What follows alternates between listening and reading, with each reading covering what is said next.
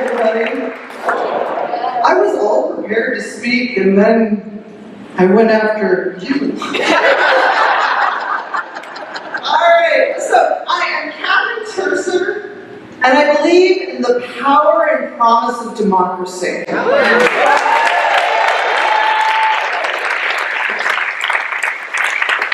So why are we here? We're here because we believe in the power and promise of democracy. Yes. Alright, why are you here?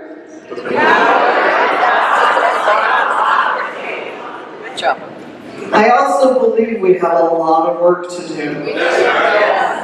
A lot of work to do. And certainly we can think about role models. You know, we can think about, okay, John Lewis advocating, organizing, all of the things he did when he was young, and then to take all of that energy and say, I'm going to go into government. I'm going to change things from within. And there are so many role models.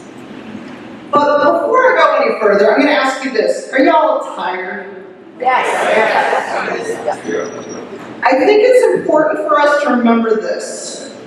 We are a country that was founded in 1776 for the landed gentry, right? And yes, we got to the 14th Amendment, where theoretically we were equal under law. And yes, we got to the 19th Amendment, where some women got the right to vote. But it was not until the year of 1965. Hello. All right, how many of you were around in 1965? Okay, so young people, I want you to look around in 1965. Okay. Now, most people do not get up at church and say this. I was born in 1965. And so, what else was born in 1965? The Voting Rights Act. And so, you know, I started with this saying, I believe in the power and promise of democracy, but I also want to make it clear that I believe in the power of each of us having a voice. I believe that voting is both a right and a tool.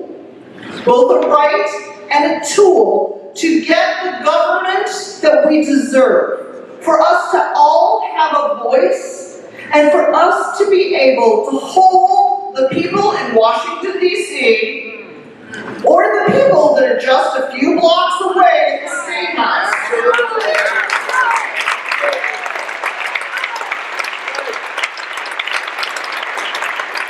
We need to hold them accountable.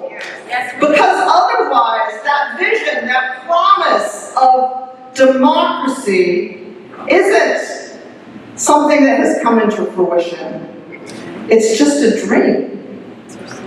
And together we should dream, and together we should work together, right? Together we should get, well, I bet you all don't know what I'm going to say. Together, what are we going to get into? Good job! What are we going to get into? Good job! I'm so sorry. I just can't quite hear you. I don't know if you know this. I'm 60. I can't hear you. What are we going to get into? Now, I really want to be sure that we have a government that listens to us. That we have a government that cares about us. Because we deserve to participate in the great experiment that is America. And so as we think about this, I'm very sad, right? I'm extremely sad about all of the things that have been happening. And then I look around, so I'm going to ask each of you, look around at all the people that are here, and I want to say this, thank you. So say to one another, thank you, because you came out,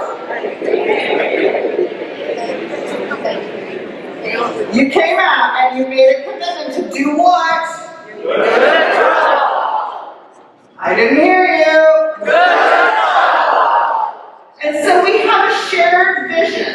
Now, I talked about the Voting Rights Act of 1960. 1965, but in 2013, there was a decision, I'm sure you've heard this, Shelby v. Holder, and it was a decision by the U.S. Supreme Court. This calls for vaudevillian hisses, so go ahead, ready? Where they decided that, in fact, the Voting Rights Act is no longer necessary in the form that it was in. That somehow, in 2013, there was just not any problems. There wasn't any racism. There wasn't, nobody was trying to keep people from exercising that important right.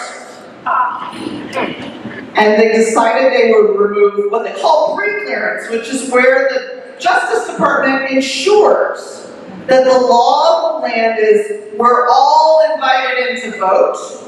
All eligible people have the right to have their voice heard. And, every once in a while we need to think about another hero. And this hero is Ruth Bader Ginsburg. Yeah. All right. She said that gutting the Voting Rights Act of 1965 was like throwing away an umbrella during a storm because you weren't getting wet.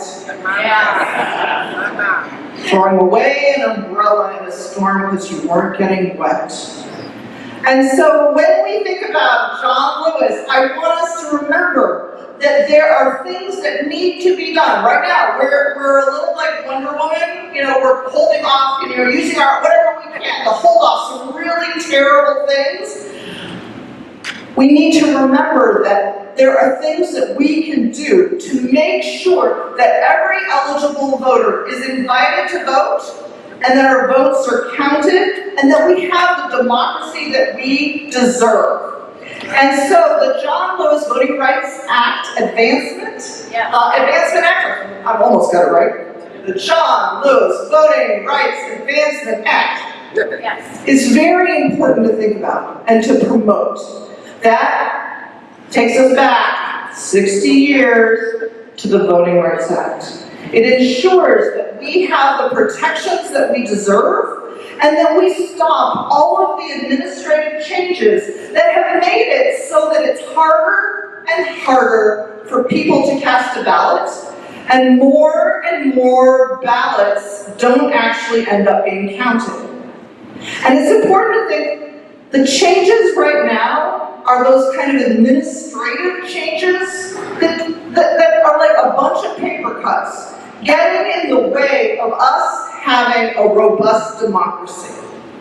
And so, I'm sure you've heard about the SAVE Act. Anyone here heard about the SAVE Act? All right. So there's legislation out there to make it significantly harder for all of us to vote. Especially women. But we also have to hold on to, not just stop the bad stuff, but we also have to think, hey, how can we ensure that we get the good stuff? So that's the Freedom to Vote Act, and that's the John Lewis Voting Rights Advancement Act. And with that, I'm going to remind you all of this. I believe in the power and promise of democracy. What do you believe in? Good trouble. Okay, what do you believe in? Good trouble. What do you believe in? Good trouble. I'm just so pleased to be here, and with that, I'm going to hand it to Deidre, who's going to guide us along